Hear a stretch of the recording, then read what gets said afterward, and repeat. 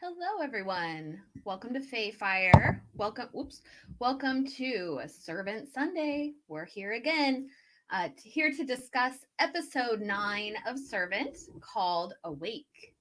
And this was a huge episode, something that we've all been waiting for a very long time. The big reveal to Dorothy, the truth about Jericho, and I don't know. I didn't have any specific expectations on what I wanted from the reveal, but this definitely exceeded all of my expectations. I think it went really well. The fact that, they did this scene in the car, in the very seat where Jericho actually died, is it was just fantastic. It was masterfully done.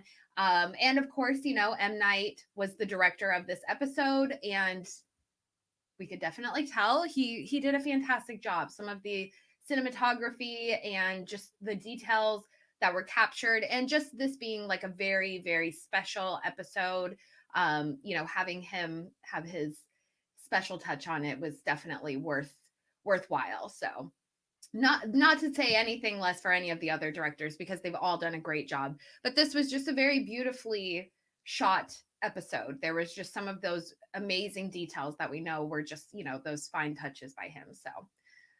So hello to everyone in the chat. Thank you for being here today. Thank you for joining us for Servant Sunday. And let me know your thoughts on the episode, and any questions you might have. Let me know how you felt. Did it bring you to tears? Because it brought me to tears. I'll be honest, I wept a bit. I'm a wuss though. I'm like, in Dumb and Dumber when they're like weeping about that bank commercial. That's me. But that's why I don't watch like emotional movies. I like to watch, action things and things like that, because I will cry like such a bitch. So um but anyways, so I hope you all are having an excellent Sunday. I hope that you all enjoyed the episode, and I am really happy that you're all here with me. Hello to Mrs. Duncan the Tall, Lady Fairchild, Peter Griffin, and Queen Leanne. I don't know if she's here with us, but hey, I'll take it. Nell Tiger Free is more than welcome to join us anytime. Um, but yeah, all hail Queen Leanne. I mean, what an episode. Um, so it seems like we got our answers as well. This was like a two-part really big reveal, because we had the reveal with Dorothy and finding out the truth about Jericho, but then we had another reveal with Leanne, because now we really see what the truth is. Hey, Steel Rain, thanks for being here.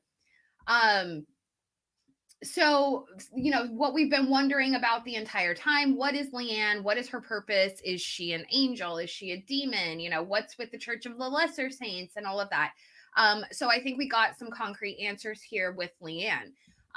With over the last few episodes, Sean and Julian were doing their research on demonology and curses and all of that kind of stuff, and they had discussed the Faustian bargain. And so we've gone into detail about that over the last couple weeks. I also made a video just a couple days ago, so if you guys haven't caught that, then definitely go check it out. Hey ladies, hey Moni. So yeah, it seems like the truth is the Faustian bargain. So Sean found a passage about it in the book that's called Significant Form, and we know now that the book was created, specifically for the show.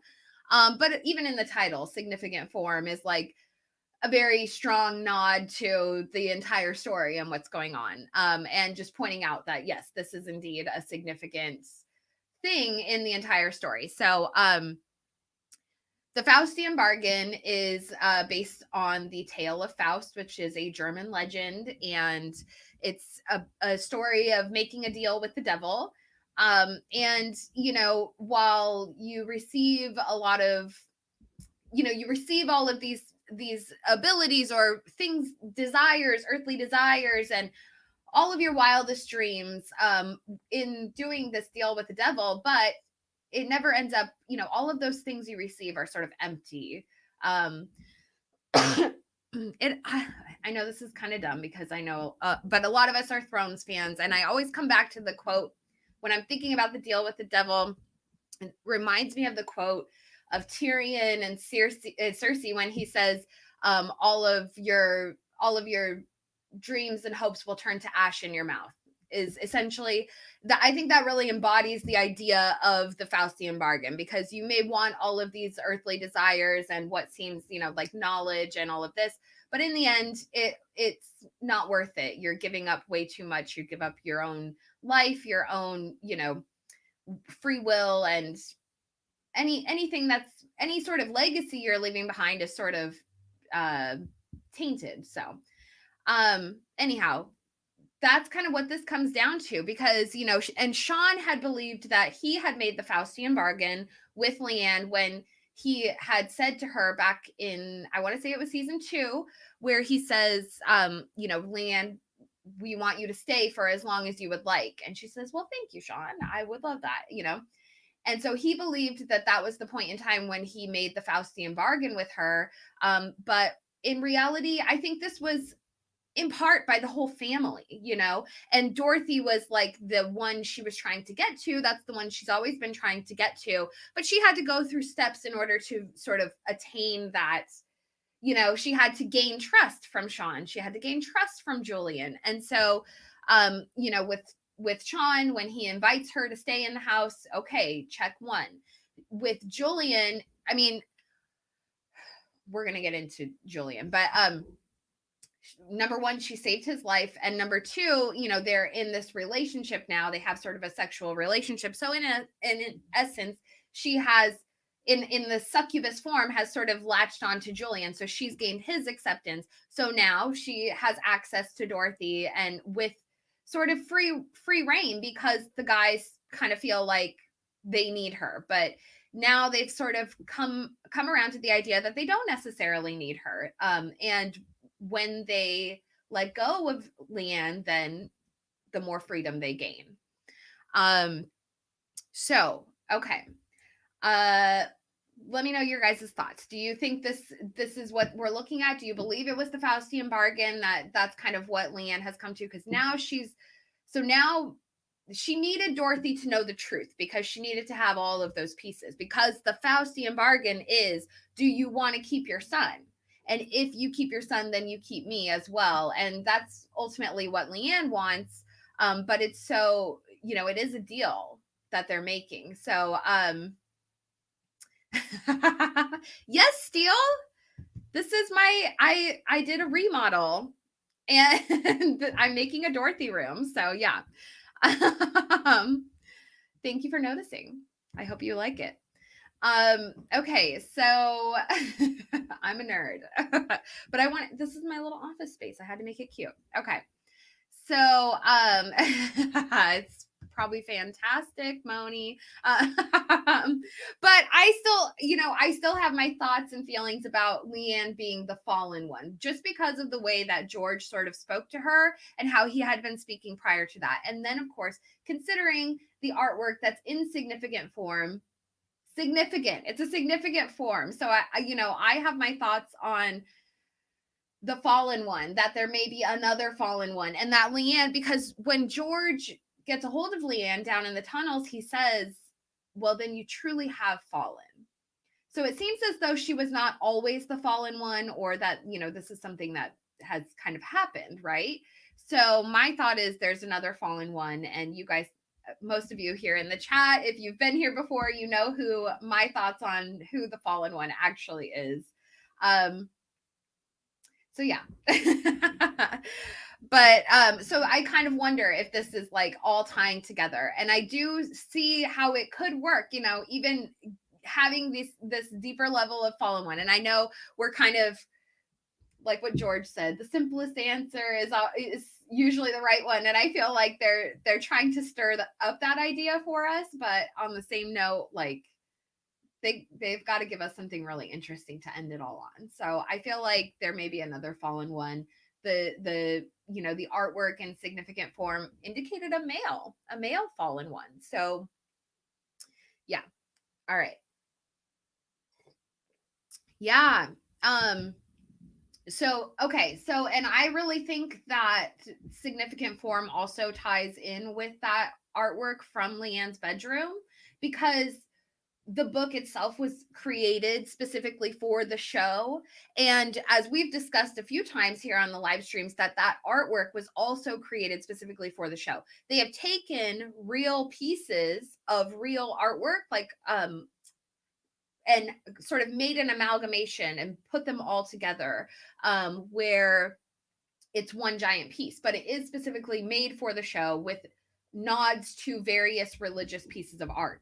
And so I really feel like significant form was another, another connection to that. It was like another version of that, but it's supposed to make you think, make you connect those ideas. And then, of course, it shows like Leanne, it gives you the idea that Leanne is the fallen one. But then the picture of the fallen one is somebody else that also looks very familiar to someone else in the story. So it's a lot of like, we've got a lot to wrap up in the final episode. So, but yes, in that artwork, in the mural, there is the lions, and I definitely think that Dorothy gave us a lot of that lion symbolism. She said before, and I'm sorry, I don't remember what specific episode, but I know she said it at least once before, where she's like, I'm the lioness, I'm Shira, and all of that. And so we saw a lot of that in this episode, especially when she finds out, she's in the car. And to me, I saw a lot. Let's talk about this. I loved it. I absolutely loved it. And let me pull up. I loved this one picture that we got this week. Let me see if I can get to it without it being. No, other way. Guys, I'm so sorry. Okay, that's the one. This one right here. Okay, so sorry, I had to take you on a journey through my photos. But this photo right here, I think was excellent because you have like this caged beast. And that's kind of like what we're now, the idea of Dorothy being a lioness. She's a caged lioness. And that's what those secrets have kind of done, is like put her in a cage, right? So even in this photo right here, and I don't know about how, if you guys have spent much time with animals, but I was a vet tech for 10 years. And so you see like right here, like an animal in a cage, they'll back themselves up, especially cats when they're like very angry or frightened. They'll back themselves up and they'll look at you out of the corner of their eye, trying to get as far away as they can. So she's got that look in her eye, and they're trying to talk to her, like, what happened? This is the scene that we have with Officer Reyes. They're like, what happened with your son? Can you talk to us? And she's like a caged lion, a caged beast. And then again, going to the car, when she's in the car, and they're telling her, she lashes out, she goes crazy, and she bites Julian, and she elbows Sean. And again, I don't know if you guys have ever had to battle a cat, but they are mean as hell. Like, they are crazy. Cats will go crazy. Sometimes if they get loose, they'll climb up, they'll go up on the highest shelf that they can, and they're hissing and they're spitting at you and they're peeing, and it's terrible. So like, I mean, she did a fantastic job of acting out this like ferocity that she felt inside, that she's a caged animal. And then once, the truth came out, so did all of that ferocity, those emotions, and she lashed out. And I don't blame her for lashing out, at Sean and Julian. Yes, it was just like an embodiment of just pure sorrow, but also, those guys had kept that secret from her for so long and let her suffer mentally. She even says, I've been going out of my mind trying to figure out why I can't remember all of these things for the last few weeks. And, they kind of deserve to be bit and hit and scratched and all of that, because they put her in this sort of mental turmoil that she didn't really understand, and they could have helped her out of. And finally, we got that scene of them all coming together and hugging and holding each other and crying. But it was such a long time coming, that poor Dorothy, she's had to endure so much in that time. Again, she did do a really horrible thing, so we can't excuse that, but she also, mental things that happen are, you can't, she went into a mental space that she had to protect herself. So I think she did a fantastic job. I loved all the, the lioness symbolism this episode, all of that stuff that Dorothy has said, I'm a lioness. But when we think lioness, we're thinking a fierce, protective animal, a huntress, somebody who's holding down their pride and that kind of thing. But in essence, Dorothy was never that. She was a caged beast. She was a caged lion. She's a prisoner, a prisoner lioness. And, she's like in a zoo, a spectacle in essence. Even the cowardly lion, they made a lot of commentary about, like, Sean says he was a coward. And I think somebody pointed out in another live or another servant channel, they said something about Julian's crying sounded a lot like the cowardly lion from Wizard of Oz. And so, all of those nods. And then, of course, they even watched the movie. And so there's like the cowardly lion symbolism is like exactly what she was actually representing. She was never Shira. She was the cowardly lion. But so were the men. So were the guys around her. And obviously, again, going back to Julian's sacrificial symbolism, again, if we're going to be considering the Wizard of Oz kind of stuff, we have Sean with the heart being stabbed in the heart, essentially. And then with, and so that's like the Tin Man and his heart, right? And also just like the rusty, like his heart's been sort of rusted away because of all of this pain he's had to endure. I will give that to Sean. He has gone through a lot. It was his son also, and he wasn't there. And he takes a lot of accountability for that in this episode. But anyways, so, and then with Julian and the straw man symbolism and the sacrificial symbolism, and he shows up from the hospital and he's wearing a green coat and green shoes. So, we've talked about this before. Julian has a lot of sacrificial symbolism attached to him. And I think we saw that a lot again in this episode with him wearing the green and that kind of thing. So, and also, I would like to say Julian really flipped his script when it comes to Leanne, because not just, 2 or 3 episodes they were together, they were, a couple. He defended her, the episode with Bev and Bobby when Bev attacks her. Julian was the one running down there in her defense, the first one down there to get to her. But, not 1 or 2 episodes later. And so, like, what I'm saying is he saw how much the Church of Lesser Saints are attacking his girlfriend, coming after her. So, like, you might call her delusional and crazy, but there are a massive group of people that are hunting her down. So as her boyfriend, don't you think you'd be a little more defensive of her? Like, wouldn't you be more protective of her rather than abandoning her sort of in her time of need? And yes, she says, she doesn't need him and yada yada, but I think like her having him on her side is much more important than having him working against her, So it is kind of interesting. I don't know what's going to happen. I feel like if there was going to be anything, going back to the Faust story, all right, with Dorothy. Okay, and I talked about this in my most recent video that I just put out the other day. Okay, so in Faust,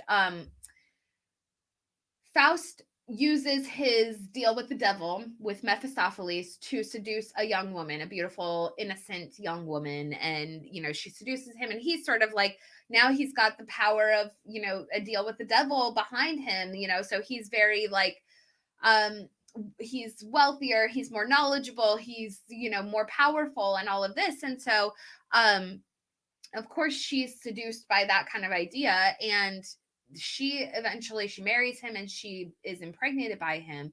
And what also happens is Faust ends up killing her brother. And I can't really remember all the circumstances leading up to it, but I think he actually like ends up killing her whole family, not directly, but sort of indirectly, just like by his presence, things start to happen. But I think with the brother, they actually do fight and he kills him.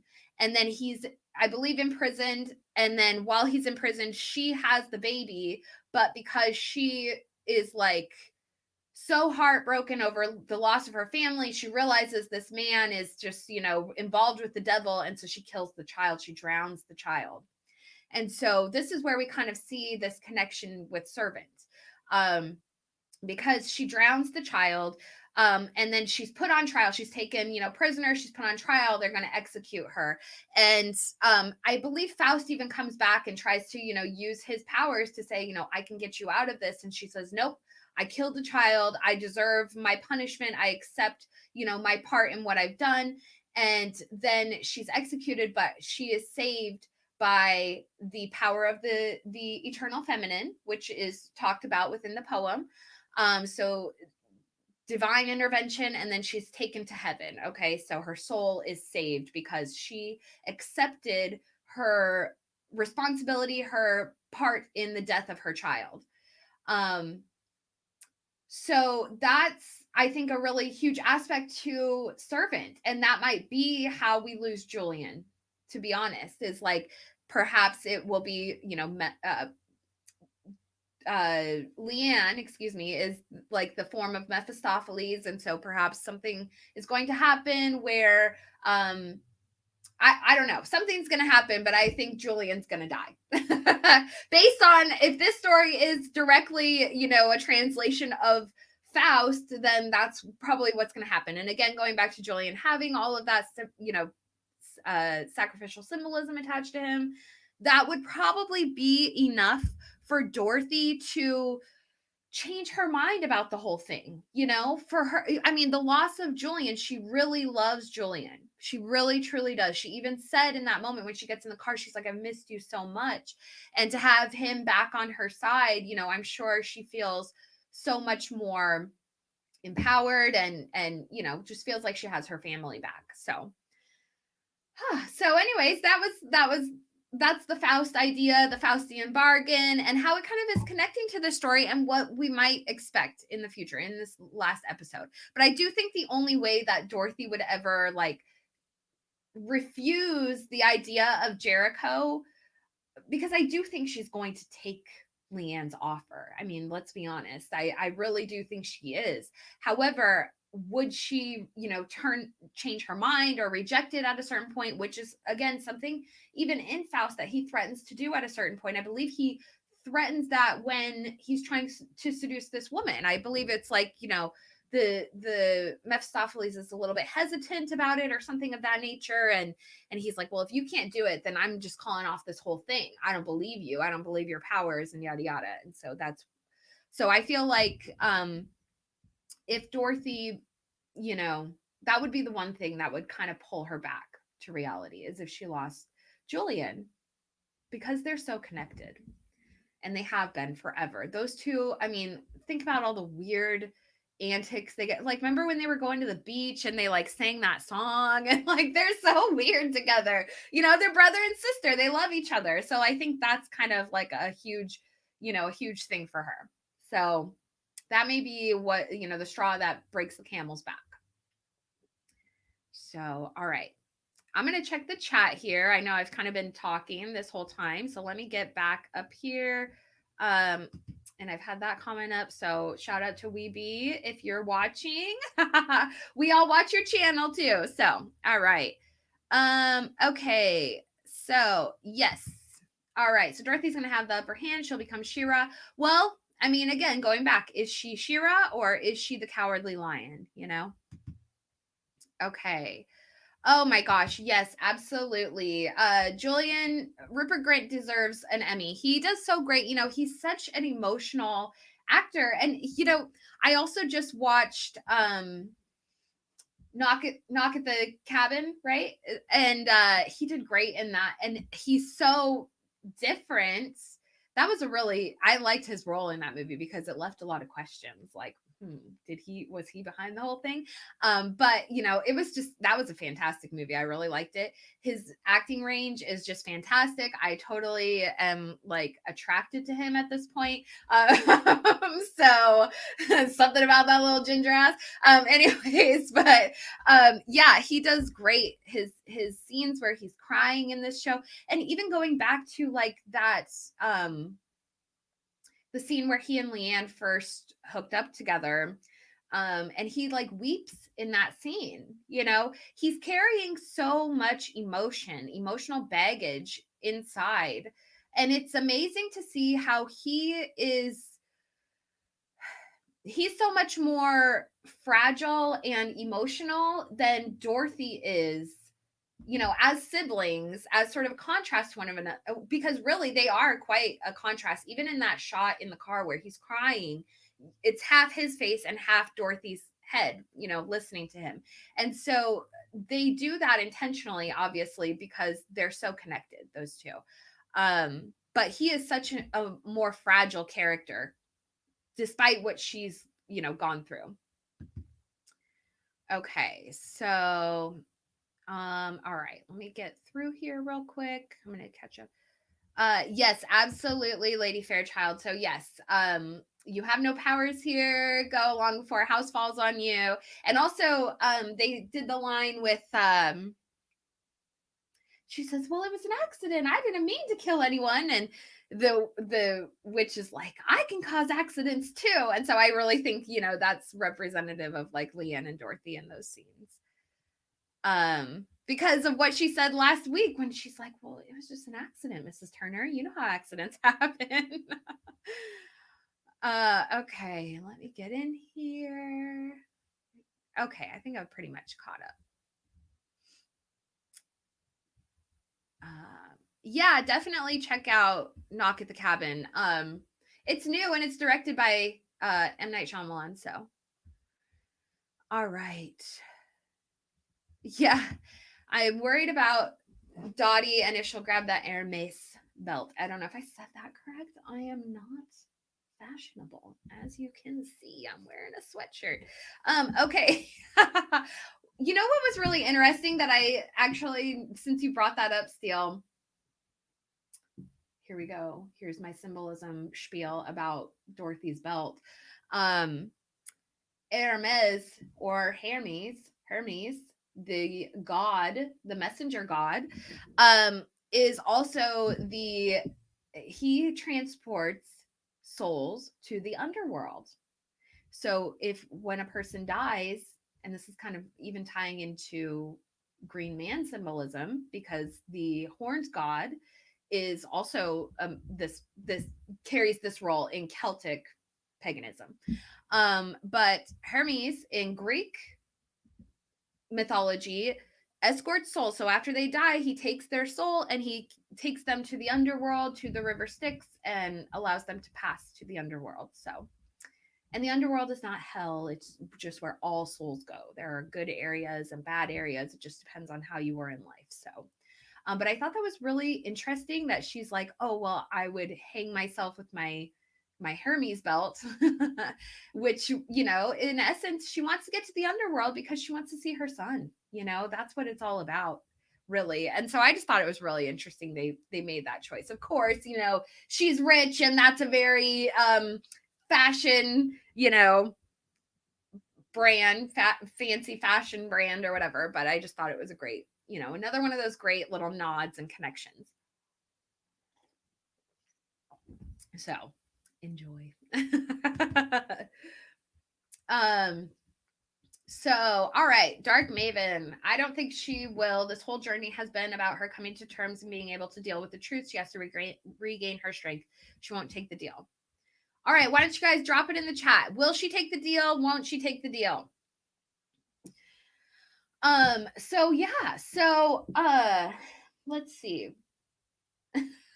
Sorry, I did not take notes on this episode. I'm winging it, but there was a lot going on in my house, but also in the episode.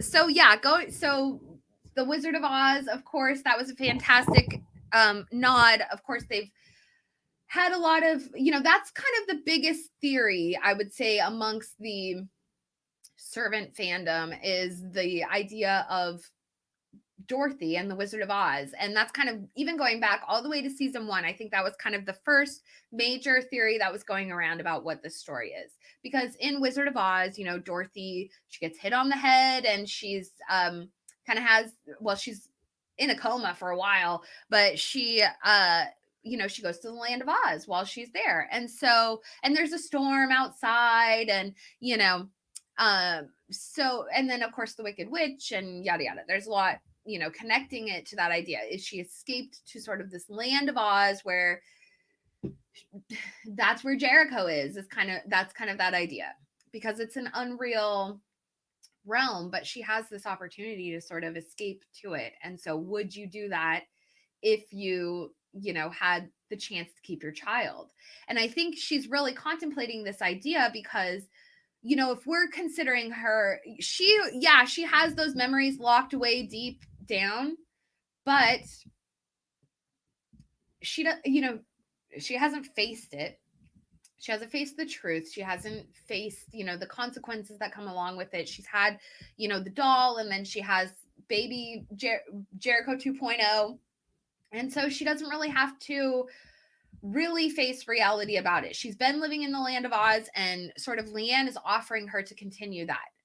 Whereas the alternative is the truth, but it's reality. It's really losing your child. It's really living in that pain and sorrow that she has to go into. And so that's why I think she might consider taking the deal, because she,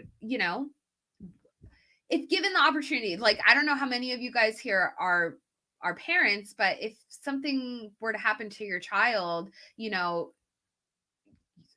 it's hard to imagine, what you would do as a response. And if you're given the opportunity, like, immediately to just escape that by having your child back through some magical means, would you take it? Because I feel like I would. I can't blame Dorothy for, if she takes it. I definitely would. So let's see what the chat says. Okay. Yeah, well, that's a good point, Dark Maven. The only way she can be in the place where Jericho is without Leanne is to unalive herself. After all, 2 of the 3 of them are deceased. Very true. Okay. Peter says, I'll go the other way. She will say no at first, and as time passes, Dorothy and Sean will regret the decision. Knock at the door. Picture goes to black. End of series. I don't hate it. Oh, no problem, Steele. I'm here for the mythology stuff. It's what I do. Okay. Good question, Peter. If Leanne is full of it, who's in the tunnels helping her? Toby seems to be the only one I can think of. He's been helping her the whole time. That's interesting to think about, because it seems like Toby and Sean have had a relationship much longer than Leanne. Peter, we know this Samael stuff, okay? Because I was kind of thinking like Toby might fit into the Samael role just because of how they chose to spell his name. They spell it Tobe, and like Samael is spelled really interestingly. It's it's not like Samuel, it's Samael.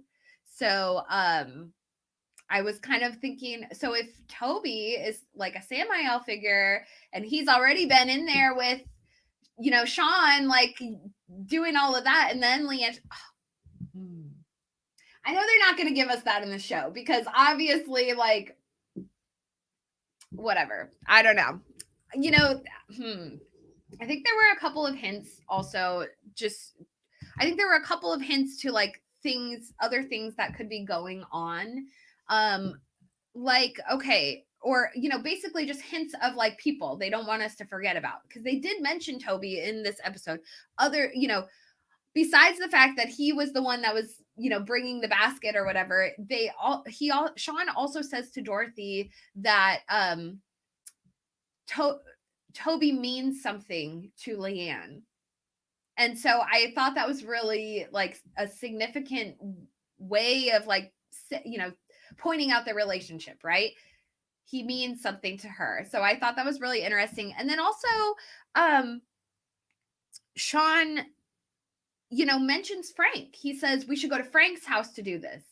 And so I think that that's meant so that we don't forget about Toby and about Frank, because as you all know, I have big thoughts about what Frank, may actually represent in this story, especially especially with the nods to the Faustian bargain and, that being brought up again in like significant form and the artwork in there. So if you guys are new to the chat here, I'll just say it real quick.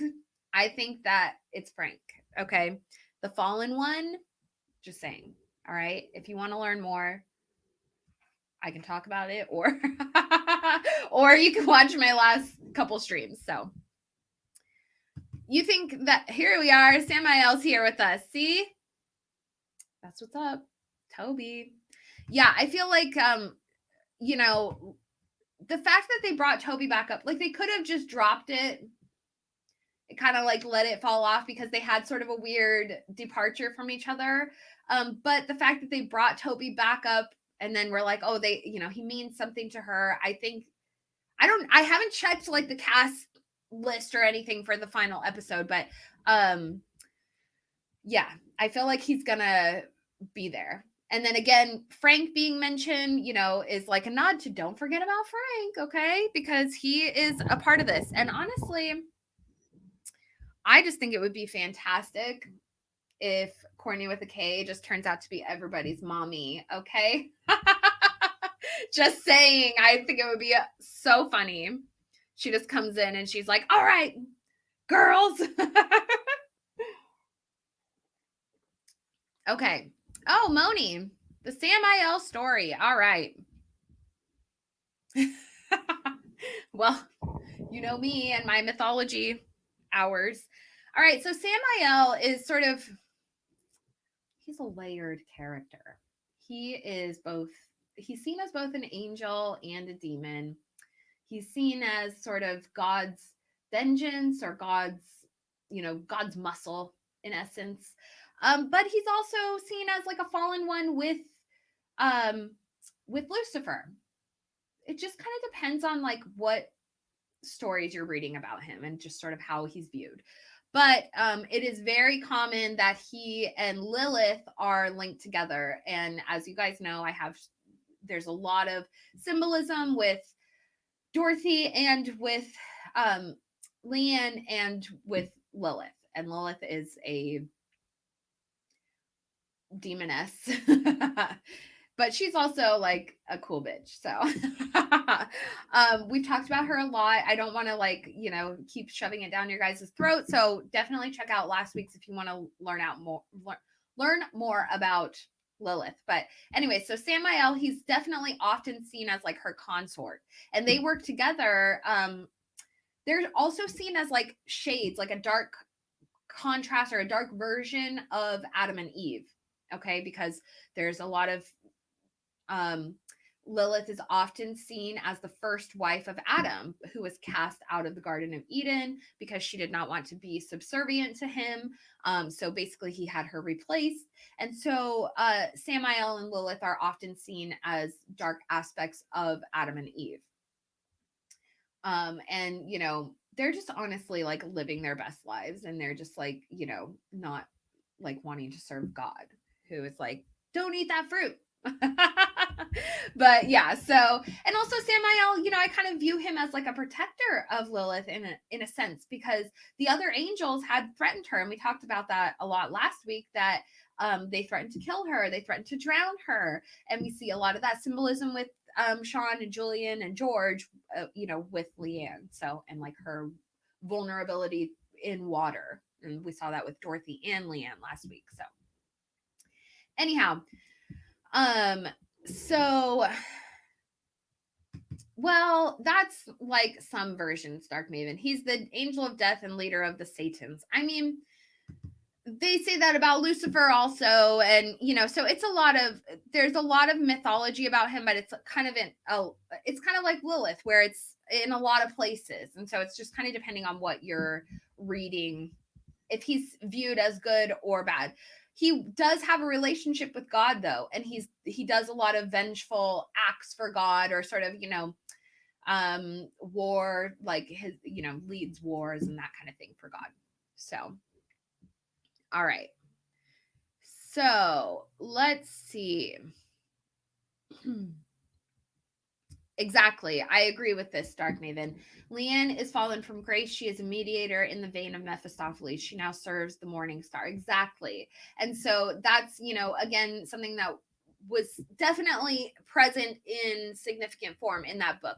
I feel like if they were just focusing on the Faustian bargain, they wouldn't have focused on like showing us the fallen one and that kind of thing. So, or, there is these connections with the fallen one or Lucifer and the Morning Star. And, but a couple weeks ago, we went into a big conversation about this, about the Morning Star symbolism, because it does connect to Jesus. It also connects to Venus, which connects to like goddess symbolism, like Aphrodite and, the queens of heaven, which Leanne also carries a lot of symbolism for. And then, but yeah, and then again for Lucifer. But we're probably looking more at like the Lucifer, aspect of this idea, just because that's what this is. So it could be, maybe it's going to be left open for interpretation, which would be really fun because me, I'll be like, all right, let's dissect this for a while. So, okay. All right. So, let me see. Yeah, that's what's a little scary, Lady Fairchild. They only have about a half an hour to do the final episode, so it's going to be a lot. So I really do think, I think they could tie in Frank to like the fallen one symbolism, and again, like my thoughts where Leanne's part of the family kind of thing, and so now we have like this family of demons. It's so cute. Okay. Samael is still considered a servant of God with one of the toughest jobs. Yes, exactly. All right. So you guys, so Leanne, she found purpose through this tragedy, through the loss, we still don't know exactly like what Leanne's doing with the child. Is she passing to the underworld or some other realm, and perhaps there's like a portal or some sort of energy vortex down in the tunnels. There's a lot to kind of question, and or if it's something more simple, yeah, maybe it is Toby working with her, and because at this point Jericho is far too big to be just sticking him down in the tunnels. He's too big. He's gonna run around, he's gonna get in trouble, he's gonna go poking at Uncle George's dead corpse. I don't know. Did she just leave that down there? Questions. But he's too big to just be left down there, put in a basket and hope for the best, And so if she is able to pass into the other world and that kind of thing, I don't know. This is where we're at. She found purpose in Jericho's death. So we really have to kind of wonder, like, yeah, is it really Jericho? She says it's really Jericho. Sean and Julian still, are of the idea, well, this is just the baby. Like, I think it was Julian who was saying there's a family just a couple states over looking for their baby, and all of this, which I don't know how he found that out, in the hours he was at the hospital, but so I don't know. I'm just kind of rambling, but what are your guys' thoughts? Do you think that this is still BS, or do you think that Leanne's able now to pass to the other world, to the underworld?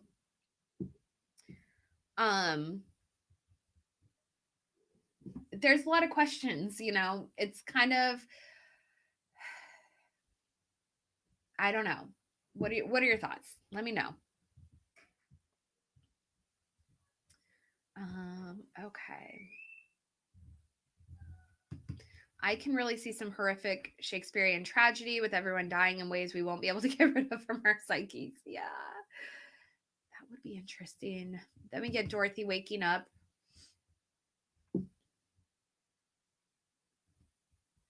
With Leanne peeking around the corner. Yeah. A horror Wizard of Oz. That actually would be really funny. I wouldn't hate that, with the Wizard of Oz presence that was in this episode, that would actually be really funny. I like it. Okay. So I wanted to ask you guys if you had any thoughts about Sean and Sean's behavior. Okay, because we had the final shot where Leanne's, she's tempting Dorothy. She's like, just say yes, just say yes. And she's, kind of glomming onto her. But on the other side, we have like an angel and devil on Dorothy's shoulders. And because Sean's sitting there sort of grasping at her shoulder as well and like kind of keeping her on his side. Now, I wanted to just ask you guys if, and this is definitely probably way too deep for this to be wrapped up in one final episode, but I kind of got a lot of the same vibes between Sean's energy and Leanne's energy. Like Sean's nearly as obsessed with Dorothy as Leanne ever has shown to be or proven to be, because he says to her things like earlier in the season when he said that he would be nothing without her and he'd never be a chef without her. And then also he tells her in this episode he would have let it go on forever if it meant he could keep her. And they are very like codependent. They're very like obsessed with each other. They're constantly, it's always like, I feel like Sean and Dorothy like always prioritize each other so much that that's like where Jericho gets left in the, whatever, he's kind of left in the shadows. And it's just like in this episode where Dorothy was willing to sacrifice Jericho to Leanne and said, she said, you watch him and I'm going to go, I need to rest. But really she was sacrificing him so she could go and get to Sean. And so, I don't know. I kind of get this vibe that almost Sean has like a demonic obsession with Dorothy just as much as Leanne does. And perhaps he feels threatened by that. And now the only reason I get this vibe is because we still don't know so much about Sean's backstory. It's still such a mystery. We know he was a homeless youth. And that's about it. We don't know anything about his family. It doesn't sound like he started going to culinary school until after he and Dorothy had met and were together. So it's like there's kind of this, there is this huge mystery about Sean and what his whole motivation is, why he's so sort of addicted to Dorothy, and just like his motivations as a person in general, just because he had sort of an odd upbringing to be now married to a very, a girl who had obviously a wealthy upbringing with a wealthy family. And, Dorothy is so put off by like the homeless people when they're out in the courtyard, when they're out there. She's just like, oh, she doesn't want Jericho around him. She doesn't want Leanne going out there around them. She's really put off when Sean's baking food for them, or like when he let them in to go to the bathroom. So there's kind of like these odd things that are sort of coinciding with all of it. So I don't know. Do you guys have any thoughts? Did you get any weird vibes by Sean? Obviously, he's such a mystery, but okay. So going back to like the idea of like Frank and all of that, could Frank somehow be involved with Sean's attachment to her? Like, did he make a deal with the devil that we don't know? So there's a lot kind of, and this was just kind of going on in my mind, but I didn't know if any of you guys got that vibe. And excuse this, the sun is happening, okay? And I'm not complaining because I live in Alaska. It doesn't happen very often, but I know there's this fucking angelic light shining right in the screen. So thank you for putting up with it. Okay, so let me know what you guys think in the chat. And I'm going to change the picture just because it's been on this one for a while. Apple still has not posted their official photos, and I am waiting very impatiently. So we're a little limited with screenshots today. So I'm sorry if they're not the finest quality, but I do my best. Okay. Yes. So how did they hook up? Their crazy days of youth. And we talked about this last week. I would really like to have a flashback of their younger days, because I feel like it would really, even if Sean's not like a demonic presence, I still feel like we need a glimpse into their younger years. You know, we got those kind of traumatic moments where they are having miscarriages and that kind of thing, but I want to see the origins of their relationship, um, and how, you know, what drew them together, because it just seems like they are, you know, and I know opposites attract, but Dorothy's kind of a judgy lady. So the idea of her hooking up with a homeless kid is just kind of, you know? Okay. So let me check the chat here. Hey, Mrs. Duncan the Tall, glad to have you back.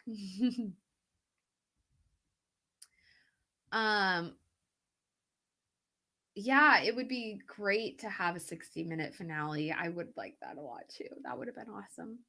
Maybe they'll do that and surprise us. Doubtful, but I'll take it if they do. Yes, exactly. And they start the episode, Peter. So the comment is how great that camera work was at the end, never getting a good look at Leanne or Jericho. And it was the doll Jericho. And, you know, they start the episode out like that too, because the episode starts, Dorothy's on the phone.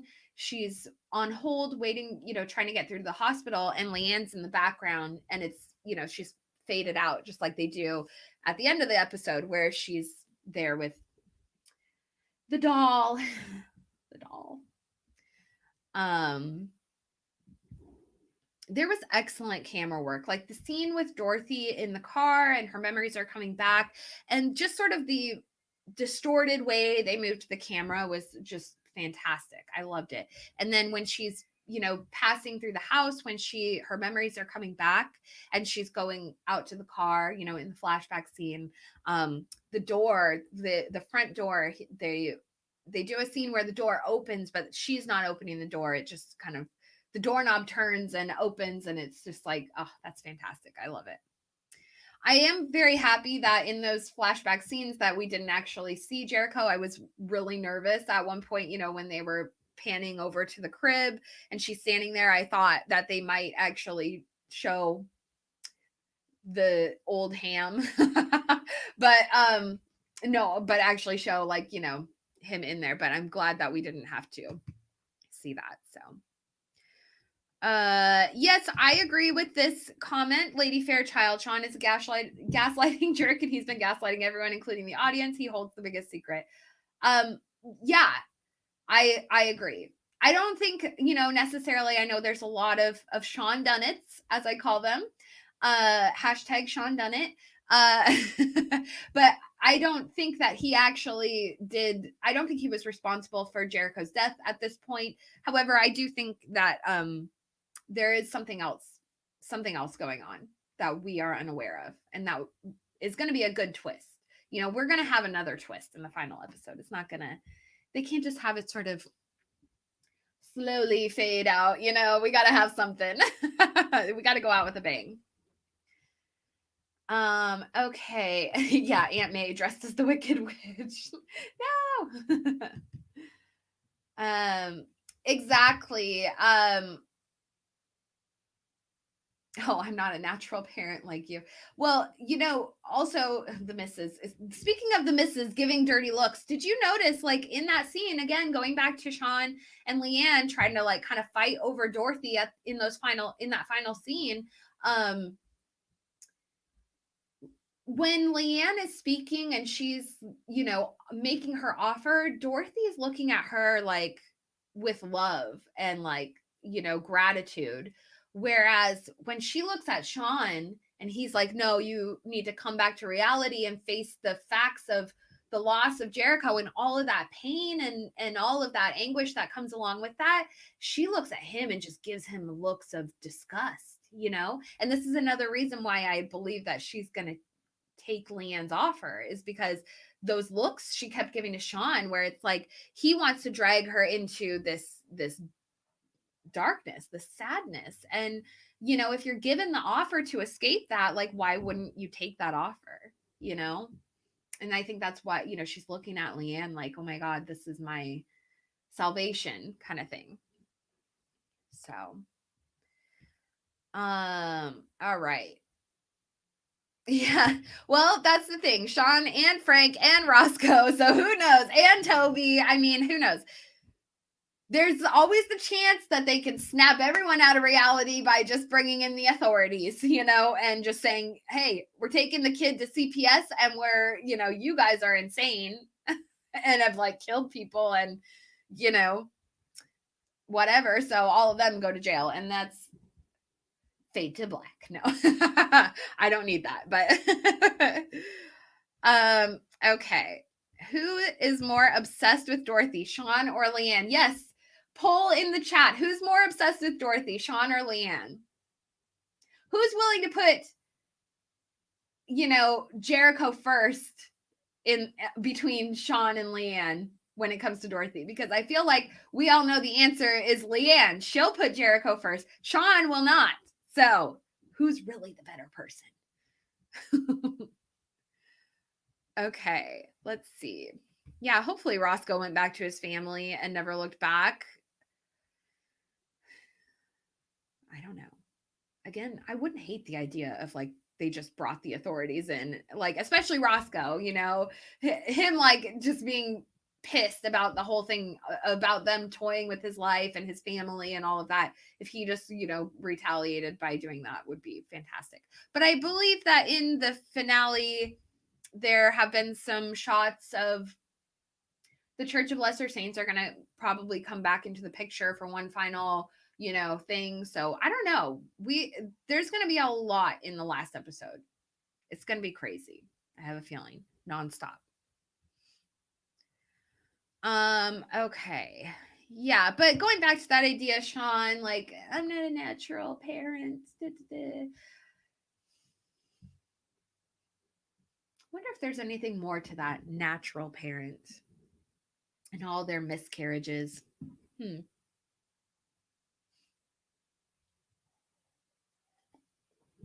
Okay. Okay. Just catching up here in the chat. Lady Fairchild. Sean done it. Okay. Oh, what's this one? The pose of those three is reminiscent of Christ. Oh, very good. Oh, another connection there to like the Jesus symbolism. I agree. Ray Barnes, welcome to the chat. The apartment connected to the house is key. I definitely think so. There's some major history that's happened in the apartment. Okay, so we've gotten this far into the chat. So I'll share with you guys my ultimate theory. I don't really think we're going to call it spoilers at this point because we're down to the last episode. So if you want to hear what I think, then here we go. And if you don't, then don't listen, but I think you want to. Okay. So I think, once upon a time that Leanne's mother was the nanny to Sean, or to Dorothy and Julian. And I believe that she was involved with the Church of Lesser Saints. But I also believe that, she's there, she's the nanny for this wealthy family because the Church of Lesser Saints focuses on wealthy families. And I did a video talking about this. So if you haven't seen it, definitely check it out. But they focus on wealthy families. And so she was a nanny for them. But she ended up having an affair with Frank because we know Frank likes younger women, and, sort of takes what he wants. So they had an affair, and Leanne was the result of that. And this was very upsetting, obviously, to his wife, to Dorothy and Julian's mother. And so what happened, I believe that they sent Laura Grayson, or Leanne's mother, and Leanne away. Okay. Probably when Leanne had already been born. So I think she had spent some of her life in that apartment because George says that Leanne has known the secrets of this house since the beginning. Okay. And if we look at the fact that Leanne went to the Turners without the permission of the church. She went there on her own accord, but George also says that they make it a point to find out the secrets of all these houses before they enter it. So Leanne had already gone there. They didn't have time to like scope out the house and all that, which leads me to believe they already knew the house's secrets. Leanne already knew the house's secrets because she was there when she was a child. But this was very upsetting. So Frank sent her away, probably with a large amount of money. He paid her off, or he continues to pay child support. Leanne, I believe, was more wealthy than we are led to believe as a child because she was always well dressed. She was involved with beauty pageants, which is a very expensive hobby. Her house, you know, it wasn't fancy, but it was a good size house. I mean, it's bigger than my house, you know, and so my thought is, you know, we also hear there was a car accident in 2005.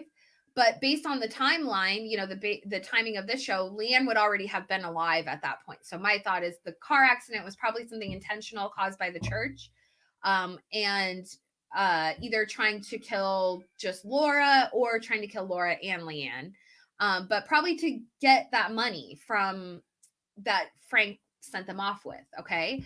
And so, because she would be involved with the church, probably all of her inheritance would go to the church and that kind of thing. So I think that's like the MO of the church. They focus on wealthy families and gaining access to them. And, you know, with dying parents, right? But later, Mrs. Pierce, Julian and Dorothy's mom, I believe she killed herself in the apartment. Probably due to the fact that she was so upset about, you know, Laura Grayson and that kind of thing. And I think that Julian found her because there are a lot of indicators pointing to that. Back in episode 3, I want to say, where Julian doesn't want to go down to the apartment. He's really put off by the apartment. This is when Bev and Bobby just moved in. He's supposed to be carrying the packages down there. There's a lot of symbolism showing him like discovering stuff. Sorry, my baby Jericho's trying to break in. So there's a lot of indicators that he's there's like a secret of something that's gone on down there in the basement, and that's why Julian's afraid to go down there. So hang on. I'm so sorry. Hold on just 1 second.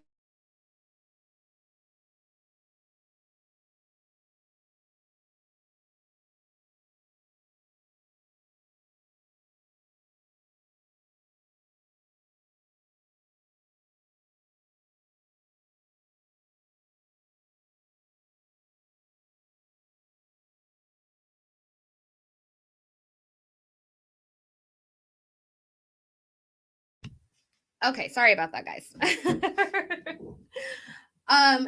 So that's my big theory, is that there a lot of that stuff's going on. So Leanne is connected to the family by blood, and we see that in the tapestry is really strongly indicated, because she and Dorothy have the red thread that's intertwining them, and which is to me is indicates like a blood tie, a bloodline. And that's, you know, why, you know, that's a very simple explanation as to why Leanne would be obsessed with Dorothy. She sees her on the news, and all of that kind of stuff. I also think there's when in the scene with the beauty pageant, when Dorothy is reporting, she, you know, the background shot of Laura Grayson kind of grabbing Leanne, and she's like upset with her. I think that a part of that is because Dorothy was there. And I think Laura knows who Dorothy is because she was her nanny before. So I think that all of these things are kind of connected. That's probably why she was triggered right in that moment. She was like, get out of here, because she didn't want, you know, Leanne to realize the connection. But I think there's, you know, all of these things are really tied together. And I think that there is time for this all to come together at the end in the final episode. And the key piece in all of this is Frank. And that's why he was mentioned again in this episode, you know, just to remind us that Frank's still a big part of this. He's a key piece to this, and he's, you know, constantly kind of in and out. And the reason I believe, you know, I want to just say the reason I believe that Frank is so heavily involved is because of who he is as a person, his nature as a person. He's all about contracts. He's all about his, liquid cash and this kind of thing. He's familiar with the idea of like buying and selling children, right? Because he was like, oh, we can just buy this baby, to replace Jericho. So, for him, it's all very business transaction, right? And so it is really interesting what part he's going to play at the end.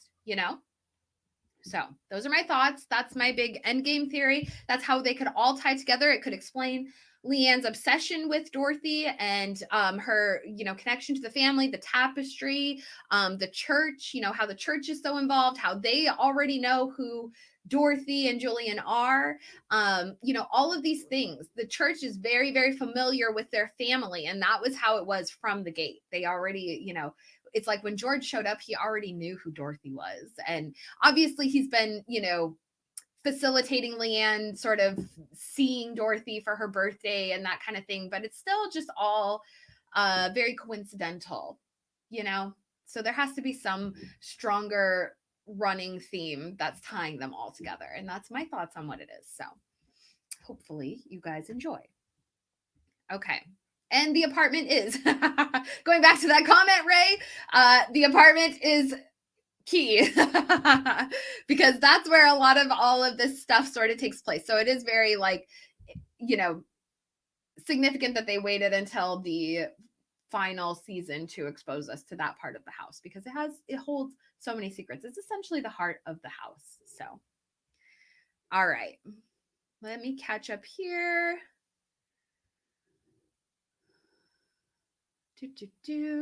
Yeah, exactly. M. Night says that the house is another character of the story. Exactly. There's so much personality with, the house and what's going on there. Sorry, sun. It's blinding me. I'm trying to how can I position myself better to get away from the sun for a second? Okay, I think we got it here. Okay. So let's see here. Exactly. I have so many theories about their mom as well. I mean, it really, and it may be that there's nothing, but honestly, I think there is. It just seems very like her whole death it was so impactful on Dorothy and Julian, but it's interesting that they look back on her with such fond memories, but they don't really like say, oh, she died of like an illness or, something like that. Here we go. Okay. Yeah, it's never like, oh, she, died some, tragic way or anything like that. But you would think, if they were children and she had killed herself, that's kind of a secret that's going to be kept. And, again, going back to the secrets, Dorothy's whole life may just be secret upon secret upon secret. And this could be like a core of it, would be like Frank's been keeping secrets from her and Julian for perhaps their whole lives. And perhaps even Julian's memory is not fully, cognizant of what happened to their mother. Because again, Frank may be keeping this secret, but also he may have blocked it out in the same way that Dorothy blocked out Jericho's death. So, thoughts? Or am I just on one? Okay. I wish it was potty break, just kid break. They're just insane. Help me. I'm like Sean. I'm like, I need to go to California for a kid break. Okay. That's terrible. Yeah, Frank's gonna freak out when Courtney with a K is a CLS. And I think that, again, like Courtney is she's obviously like she's got to be involved with the church, and I think that's why she's focused on Frank and not on Leanne. But there is that moment back in episode 2 with the bed bugs when Julian points out that Courtney and Frank had been together, like Courtney's been around for 9 or 10 months, which at that point was essentially the same amount of time that or a little bit less time than Leanne had been around. So it's kind of interesting that those two times kind of coincide with each other. And it may be like the church is seeking out both of them. Or Courtney with a K is just mommy, which I love.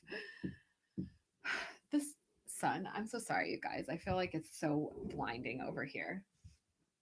I don't know. Whatever. Thank you for tolerating it.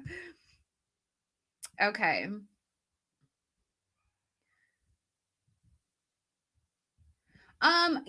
Good question, Dark Maven. I am trying to figure out what I want to do for the finale because I'll probably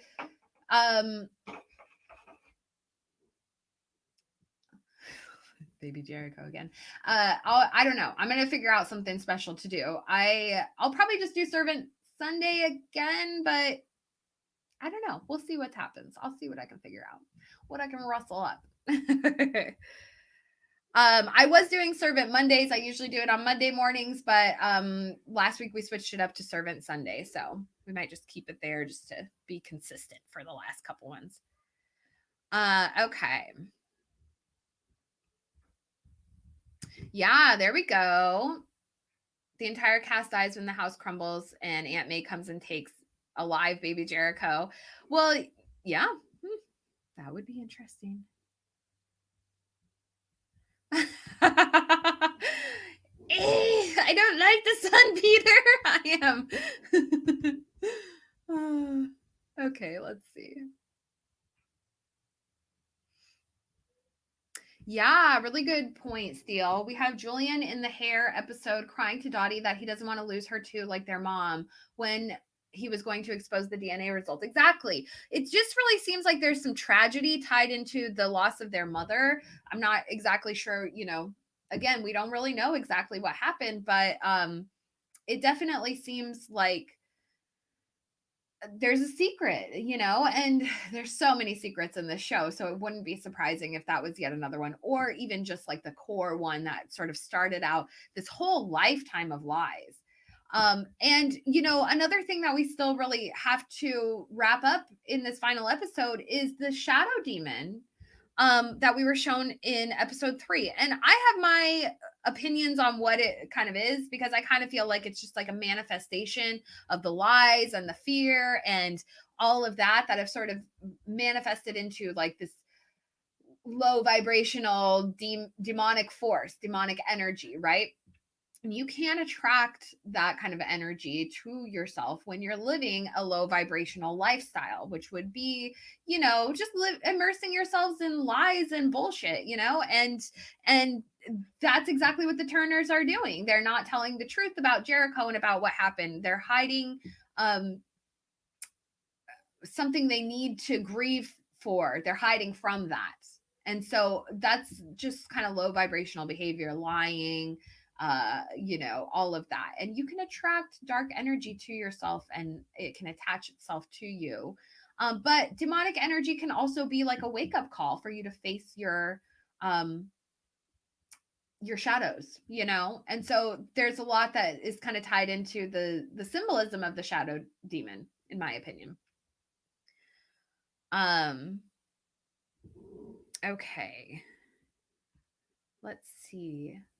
But yeah, I do think that we need something more. And I know that Leanne felt like she was attached, or she was causing that herself. Like she's like, that's, I feel like this dark energy and and I don't even know if she's necessarily aware of the shadow demon itself. But I don't know.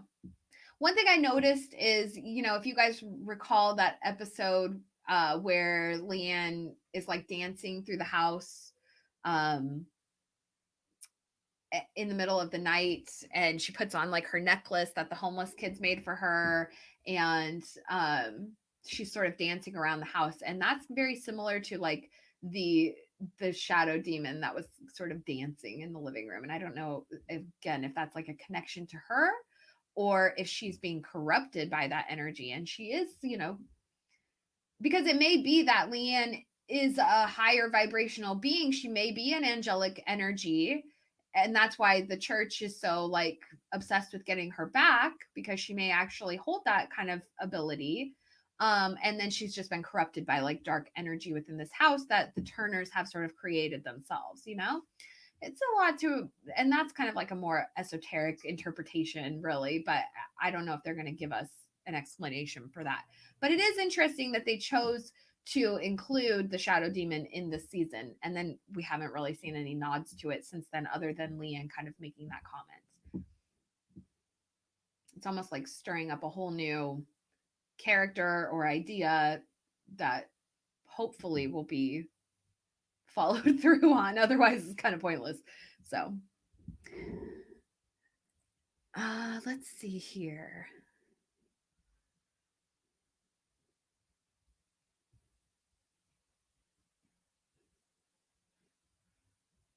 Yeah. And Peter, since you mentioned that a couple weeks ago, I haven't really stopped thinking about that it's Jericho, that's causing a lot of the house and the destruction on the house. And that could really tie into the whole idea of the walls of Jericho crumbling, because all of this whole story and the turmoil is all built up around him. So I actually kind of really like that idea that it's him that's sort of destroying the house, because the more turmoil that happens, it's like a representation. So let's see.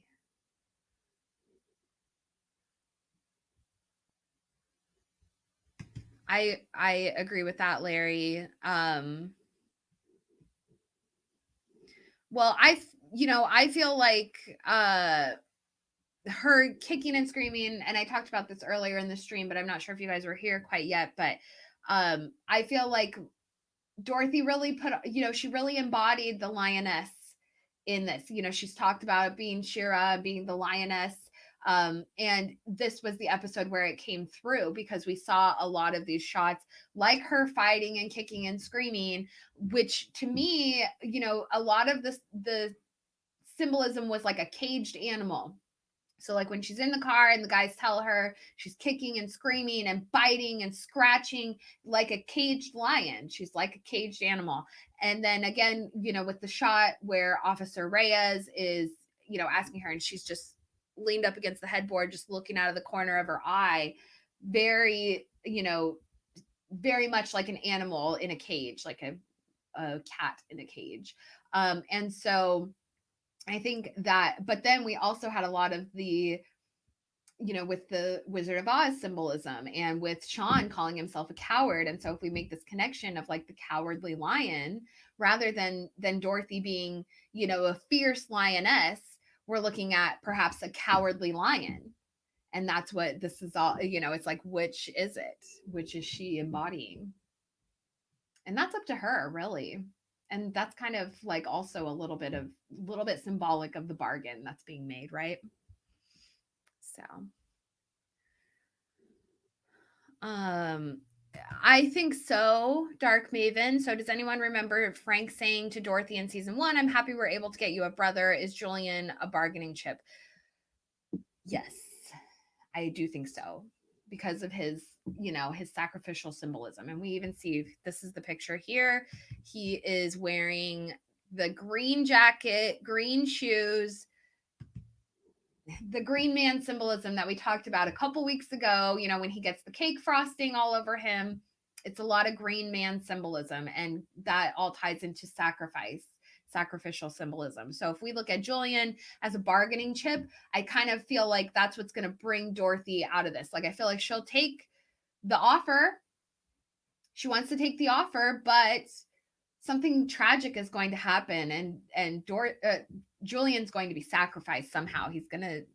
We're going to lose him, and that's going to be enough for Dorothy to snap out of it, because she and Julian have such a close bond, a close relationship with each other, that losing him would be substantial enough to rock her back into reality. The sun, I'm telling you guys, I'm trying here. I know it's bright. I'm sorry. Okay. You're going to see me turn in a full circle before the end of the stream. Okay, let's see. So let me get caught up here. I think we already saw that, Steele. As far as the drawings in Leanne's journal, I think we've pretty much seen all of them at this point. I think so. I don't know if we're waiting on any more, but I'm pretty sure we got them all this season, including in the new intro. I think the only one, I mean, I guess if we're looking at the new intro as the shot of her like standing in front of the cityscape that we saw in the drawing, then yeah, I think that's, but the other idea of that is like, what George has said, she's going to take over the city and all of this, or whatever, that's kind of linked to that. But I think that's the only one that we haven't really specifically like seen pointed out.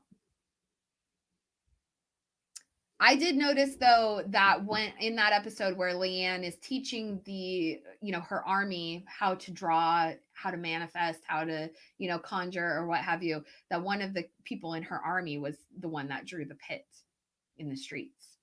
So I don't know if you guys caught that, but they show a shot over someone's shoulder while they're all sitting around drawing and somebody's drawing the pits in the street. So it may not even be Leanne that's responsible. It may just be like her minions.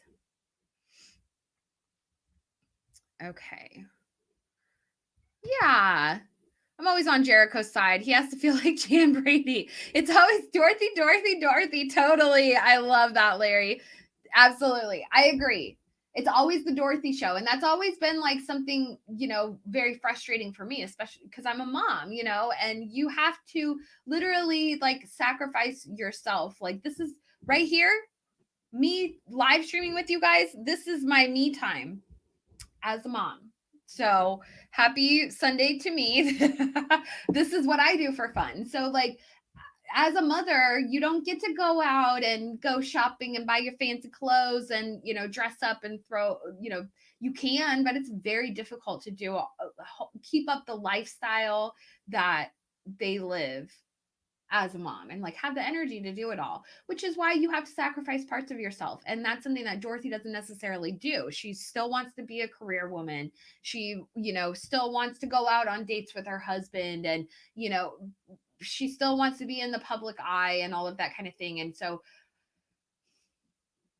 she's not made a lot of sacrifices that a lot of mothers have made. And yeah, she has money and access to, having a nanny and that kind of thing. But that's kind of like the crux of the whole story, right? Because she has money and she has access. And that's the whole reason that Jericho died, was because she doesn't utilize her connections, her ability, her wealth, and that kind of thing when it comes to Jericho as much as she does for her own self. Because you see how quickly when Dorothy was hurt, how quickly they hire live-in nurses. When Dorothy wants to go back to work, how quickly they hire a nanny, all of those things. I just don't understand that, why it took such a tragedy for it to, I don't know, for them to figure it out, right? I don't think they have figured it out at all. So, exactly. Yes, Steele. So if her mom unalived herself, then Dorothy not doing that could be a whole generational karma thing too. And that could just be that. Exactly. The story could be on repeat. It could just be kind of a generational trauma that happens. And this is like, a very, yeah. I love this. I love that. Healing your ancestral wounds so that your life is not a repeating cycle of your parents' mistakes, your grandparents' mistakes, all of those woundings that last in your, ancestral line. So I love that. I think there is huge commentary towards that in this show, because even, we see, we talked about this last week about Dorothy with her back healing and with the with her chakras healing, because that, your chakras are connected to like your mind body health. So if your chakras are out of alignment, then, and that can be impacted by things such as generational trauma or ancestral trauma where you're carrying the weight of something that's happened, generations ago with your grandparents, your great grandparents. And this comes in the form of abuse, addiction, abandonment, these kind of things that are trauma that happens within family lines. So I love that. I think that's great. But I think that, Dorothy's chakra, that's something she's been working on healing. And we saw a huge nod to that last week when they showed the scarring on her back. We know that she, Bev and Bobby talked to her about that as well. They gave her the book on astral projection. So I think she is really working towards that mind body healing, because even at this point, she's walking. So if we can consider she's healing her mind and that's healing her body, then we're, and she's walking like she's there. So it is really interesting. I like that. Yes, I think, yeah, when Dorothy smashes the baby monitor, Jericho's crying. I hope going back and forth isn't traumatizing for him. This should be Jericho's decision. Yeah, that exactly. I mean, you have to wonder how it is for him. Where's he going in those off times? Even the tunnels have to be scary. It's dark. He's just a little guy. Okay. Let's see. So when Leanne quit making the crosses, that was after the Marino tragedy. That's when she became at war with God and the Church of Lesser Saints. I think so. Those were supposed to be protective talismans, and I think that's why she was so frantically making those, because they were still, concerned that Sergio may still be alive. They hadn't found him yet, so she just started making, and she made like hundreds of those, right? And so, but she hasn't made any sense. So I think that is really when she turned away from God, and she was like, because even if Sergio, if they like, Leanne was meant to protect Sergio. Okay. Obviously, that was like her role. That's why she was sent there. But the Turners kidnapped her and took her back, And so the fact that they let Sergio die and then kind of blamed Leanne for that, and she carries all of that guilt, then I think that really was enough for her to just say, what you guys are up to is really like not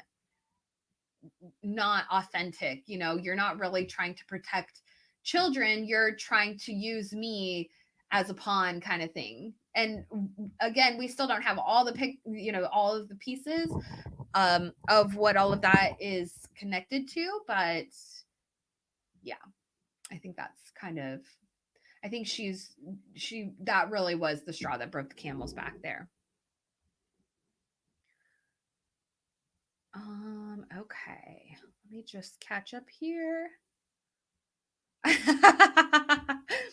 Yeah, I'm like, this is my Dorothy reenactment. I have an angel and devil on my shoulders. Yes, I agree, Dark Maven. Salika, so Salika Knight, she is M. Night's daughter, and she does all of the Vivian Dale music in Servant. So definitely go and check that out if you guys haven't. It's all over on YouTube. There's a new song too from the season, and I think I saw a tweet from, forgive me for the pronunciation, Trevor Gurekis, who does the soundtrack for Servants. He, I believe, tweeted that Salika is going to have one more new song in the final episode. Looking forward to it. But yes, I know I don't listen to a lot of music, but I do really enjoy Salika's music because it's very like, it's R&B, and I'm like a 90s kid, and so so I love listening to it. It just kind of reminds me of like old school like Brandy or something like that. So definitely check it out. It's chill. Okay. Oh, thank you. I appreciate that, Peter. Thank you for coming to my live streams, you guys. We'll probably start wrapping this one up. I think we've talked about everything at this point, but and yes, Dark Maven, I agree. there are clues in the lyrics. But yeah, no, I appreciate all of you guys for coming here every week. I am sad, that we're not going to be able to do these streams anymore, but I'm going to try and get a couple servant videos out to you guys after the finale. We'll do, one final servant live stream and chat about all the details and all that fun stuff. And then of course I'll work on some videos. So let's see. Oh, yes. I wish Chrissy of Old Stones was here too. Shout out to her. She's fantastic. I miss her. I haven't seen her in a long time. Okay.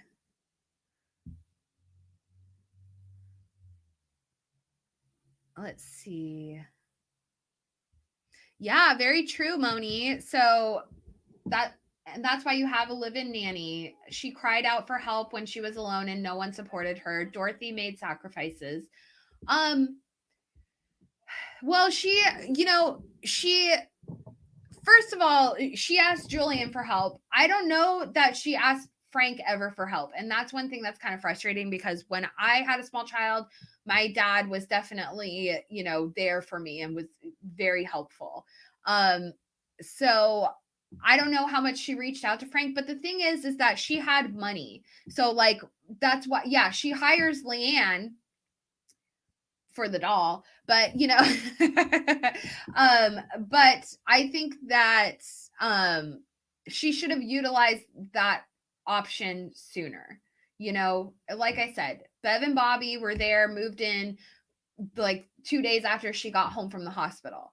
So why she wouldn't, try and arrange for some help when Jericho was a small child and she knew she was going to be alone is still, that's beyond me. I don't understand. And I've been a parent that doesn't have, money or like, access to having help or professional help or anything, and you just make it work and you don't let your kid die, right? So so the fact that she has money and has resources and she lives in a big city where she could have accessibility to that kind of help immediately is, that's what's frustrating, why she didn't try and do that sooner. So, but I think it shows what kind of person, it's just another glimpse into what kind of person Dorothy is, that she kind of puts herself first, and she would go and hire the nurses and do all of that, really quickly. But when it comes to Jericho, it was not like, that was not priority. Okay. Let's see. Let me go. Yeah, Sergio's death really flipped Leanne's supernatural bitch switch. Well, and that's another thing we talked about last week with like the Lilith thing. I'll just tell you guys really quick. So I should have looked it up, but there's a scholar. His name is Sergio. I can't remember his last name, but he essentially, going back to like Leanne being based on Lilith, this scholar Sergio, he believes that the Mesopotamian and Sumerian version of Lilith is a completely separate one than like the Jewish version of Lilith. And the Jewish version is where she was, sort of vilified into being like a succubus and a vampiric energy and like, a child stealing demoness and this kind of thing. And like the story of Adam's first wife. Whereas before in Mesopotamian and Sumerian mythology, she was, a handmaiden to Inanna and sort of a dark aspect of the goddess and that kind of thing. So, this scholar Sergio, again, I wish I pulled up his last name, but I don't have it. But he believes they're two separate things. And so I loved that they chose to name the child Sergio, because he has this like relationship with Leanne as like a loving, child caring, kind of not a demoness, a servant to the goddess, whereas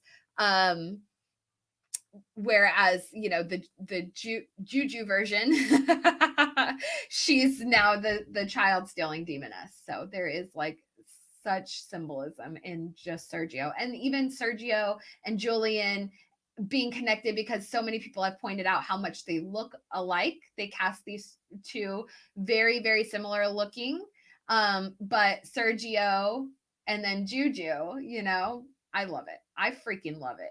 I see it, M. Night. I see what you're doing. So, all right. Okay. All right. Well, I think we're pretty much here. Okay. Faye, did you say Dorothy will take Leanne's deal? Yes, I do think she will. I think she will for a time, but I think something's going to happen to Julian, with all of his sacrificial symbolism. Something's going to happen to Julian. And when that happens, it's going to kind of like flip Dorothy. It's going to flip her supernatural bitch switch, but back to like normal. So I think like whatever, is in store for Julian is going to impact Dorothy in such a way that she's going to accept her fate.